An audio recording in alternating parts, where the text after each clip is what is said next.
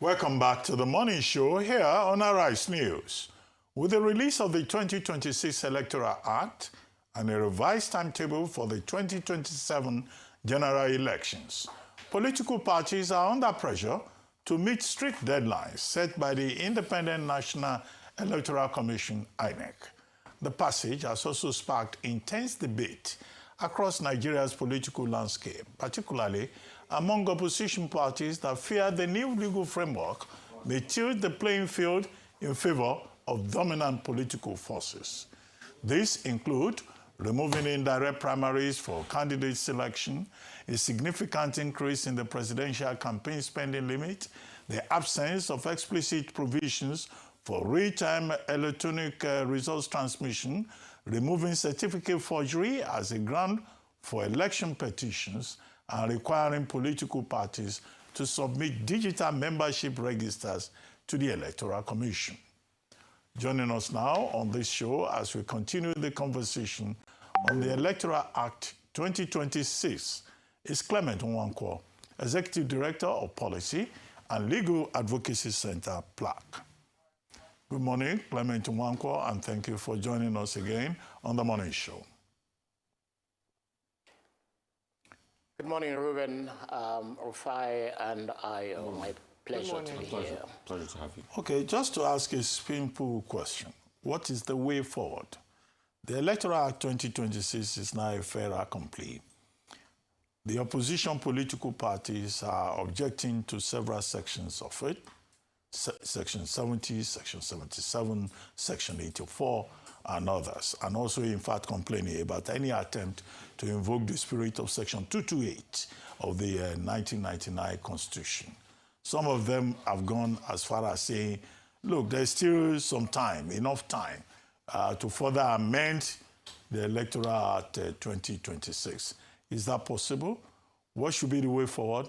What should be the next steps? And what are the implications, given the current situation, for the forthcoming 2027 general elections? Thank you, Ruben. I think there was a break in terms of... Hello? Can you hear us from the studio? There's a bit of break, but I think if I put together what you have said, it's really the general concern about the Electoral Act and its implications. I think one of the key issues that has arisen from the current Electoral Act is with respect to the section looking at when elections should hold. You would see that from the 2022 Act, you've seen the days brought forward now in this 2026 Act for the conduct of elections. And I think that for a lot of us, it's a major concern when you look at Section 28, subsection 1 of the Constitution, of the Electoral Act, which had initially been focused on the notice of elections being 360 days. This was reduced to 300 days. And INEC, following from that, announced fresh dates for elections, with presidential elections coming on the 16th of January, 2027. And then what is curious about INEC in terms of its fixing of dates for other preliminary activities to the election is that it has brought so very forward the primaries of the political parties, starting from April 23rd until May 30th. And I have raised the concern that this is something that is a bit curious. So the country is not running a parliamentary system, so it's not supposed to be like you are calling a snap election. The election dates which are indicate that lists of candidates be submitted 120 days before election date of January 16th. 120 days would mean that list of candidates be submitted no later than the 18th of September 2026. So it is, for me, curious that INEC has given dates for primaries well ahead of the date indicated Electoral Act for submission of list of candidates. Yes, you talked about the issue of what has been removed in terms of qualifications. I think what is clear actually is that when you look at the various sections of the Constitution, for example, with respect to section 60 of this Constitution, it indicates, and this repeats with respect to every level of election, whether it is the presidency or governorship or National Assembly or State House of Assembly, it clearly indicates what are the constitutional requirements. And those constitutional requirements indicate qualifications in terms of educational qualification. It indicates a person being disqualified on grounds of dishonesty or fraud over a period of 10 years. It lists out all of those issues. And I think whether it is indicated or not in the Electoral Act, you cannot have a person qualified to run for elections if they do not meet the constitutional requirements. In taking out from the 2022 Electoral Act, in taking out some of these provisions regarding qualifications and disqualifications, the whole idea with respect to this is that you do have the pre-election issues. There's that divide between pre-election matters or pre-election petitions arising from primaries and post-election, which goes to election tribunals. And in removing this from post-election petition issues, what the new Electoral Act has done is basically limit raising those issues to the time frame and the framework for election, pre-election petitions arising for primaries, such that it is not now provided explicitly that you can raise this as grounds for post-election petitions. Right. Now, the Electoral Act did not clearly indicate how this is going to work with respect to when candidates who were not disqualified from primaries but go ahead and qualify and win elections. It's not quite clear in the Electoral Act how this is going to be managed by the courts and even by the tribunals. So I think that's where we need to think what the gap is and what the courts need to do respecting qualifications, whether on grounds of forgery of certificates or indeed non-constitutional qualifications. All right. Thank you so much, sir. Two things I'd like you to just ask with regards to your analysis on it. Number one is the direct primaries. In some quarters, it's been said to be a fairer and more credible process of determining who would represent the party. However, the argument, of course, would then be costs. And perhaps this Electoral Act of 2026 pushing politics in Nigeria more to being who has the most amount of money. One with that, and the second with, of course, increasing the spending limits for presidential candidacy to 10 billion naira. Is there any justification for this? Or how can new and emerging parties take advantage? Because this is what we have currently to work with, at least ahead of 2027. I doubt if there will be any room for changes before the 2027 elections. How can they maximize the process despite what might be seen in some quarters for these smaller parties as a challenge, a bottleneck in this cycle? I think regarding cost for elections, it's always going to be that elections are going to be very expensive when you look at how much is being spent. And for me, it's not a question of the opposition or the ruling party. It's always going to be expensive for anybody running elections in Nigeria. And when you look at the time when these amounts were first set, which was several years ago, and it wasn't even in the 2022 Act alone. It was prior to that with the Act of 2010. When you look at all of this, you find out, quite frankly, that inflation, cost of living, and so on, has meant that the National Assembly, in considering this, has upped the costs. When you look at what amendments have been made, again, I think a lot of the amendments that are made is going to affect all of the parties, whether it is ruling party or the opposition parties. And when you look at timelines, it's also going to affect perhaps all of the parties.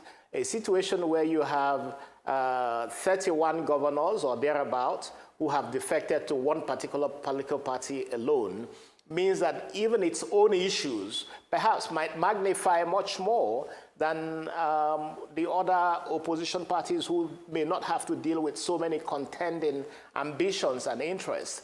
So quite frankly, I don't worry about whether it is position against one party or the other. The one that I have made the most issue of, and I think it will affect all parties clearly, is the issue of INEC bringing forward dates for primaries. I think all parties will be affected by it as we go ahead. And regarding direct and indirect primaries and consensus, as is indicated in the current Electoral Act, again, I think what you have really is just one mode of selection of candidates for the elections, which would be direct primaries. It's going to be very expensive to mobilize people. And I think a lot of times when the National Assembly passes laws, the legislators are not even thinking of themselves. It seems to me that in some cases, they take dictatorship from the executive and inflict on themselves provisions that could actually be damaging. And that's why you saw in the 2022 Electoral Act, the National Assembly passed an Electoral Act that excluded members of the National Assembly from being delegates. Now I think that in terms of the primaries, what the National Assembly has done is chose a mode of primaries that may in fact be detrimental to members of the National Assembly. Because when it comes to direct primaries, it's going to be very expensive. Members of the National Assembly may not necessarily have the same resources as governors to control a direct primaries, which is what National Assembly members seem to think that they are avoiding. So in some ways, they are inflicting on themselves pain that maybe they will have to prepare to deal with. But the question is, why was there a need to have an electoral law to interfere with how the party bring about who becomes their candidates? Why was that level of intrusion? Does not have a constitutional blowback one way or the other? Why was there a need for that level of intrusion? I mean, parties can get who becomes their candidate. They have their own internal way of doing it. Why did we have to legislate how they did what they did? No, Rufai, there has to be legislation to guide the modalities for selecting candidates. See, as you know, a major issue in Nigeria is the issue of internal democracy within parties. Parties have been known to carry on without responsibility, without respect for their own laws.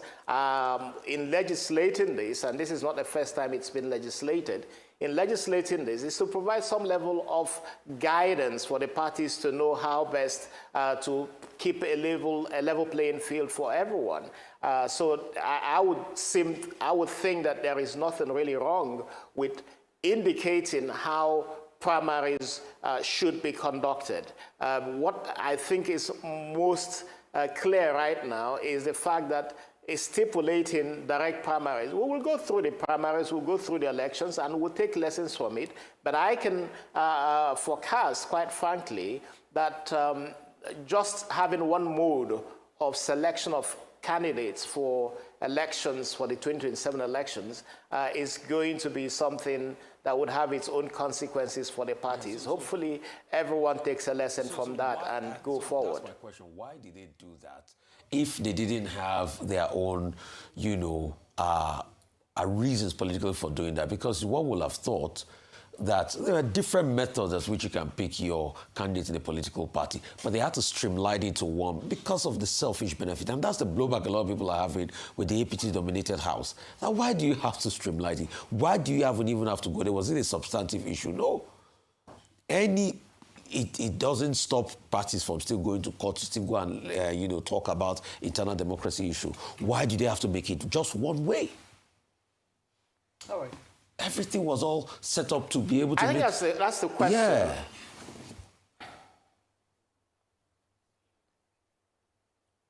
No, I agree with you, Rufai. It looks like this is breaking off, but I hope you can hear me. Yeah. I really think that you have to have a situation where there is clear court modalities for selecting candidates. Otherwise, you would have arbitrariness, and that's really been part of the issues. And you saw that even in the 2022 with the 2022 Electoral Act in the primaries, where some persons sprang up and contested in primaries that they were not qualified to contest in. Some persons sprang up even after primaries had been contested and dates closed to become candidates, all because of the arbitrariness of political parties. So you have to have a situation where that arbitrariness is reduced, and that's why the Electoral Act stipulates this. But again, like I've said, with the direct primaries, I think the consequences will be clear for all to see. When the Electoral Act amendment began, and I was very much involved from the very beginning with support for it, we had thought that the Electoral Act amendment would have concluded since 2025. Indeed, the timetable had indicated that by June 2025, the Electoral Act amendment would have concluded. And if it had concluded then, so much of politics that now afflicted it would not have come in, because the political calculations then would not be the same as it is today. When you saw the National Assembly pass the Electoral Act at the beginning of this year, it was all political calculations, members thinking what is best for them, the executive thinking, and of course, putting on their overbearing influence on the legislature to get the kind of Electoral Act that they wanted. Okay. But I think that whatever it is, at the end of the day, attention now has to shift to INEC, to make sure that INEC delivers on credible elections and make sure that INEC is insulated from political influence. And that's the biggest fear that we all have. How much can INEC resist political influence from the executive? Because when you look at dates announced for preliminary activities leading up to elections, I feel that INEC has come under political influence already. Thank you so much, sir, and thank you for the great work you've done so far in birthing this Electoral Act of 2026 and continuing the conversation post and to see how we can operationalize it, implement it in a way that would benefit Nigerians. It's time for a short break now. When we return, AB, your